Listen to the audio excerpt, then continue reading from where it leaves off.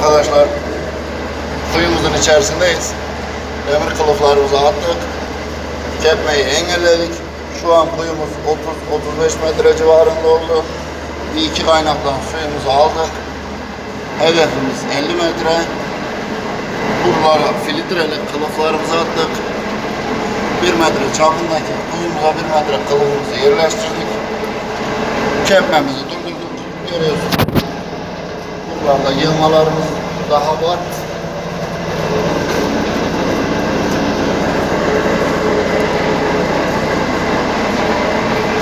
Türkmen sondajcılık her zaman ve her yerde, yerin altında, kuyunun içerisinde, her yerde.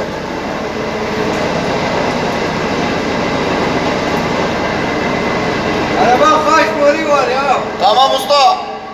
Gelip 1 dakika. çak. Yok.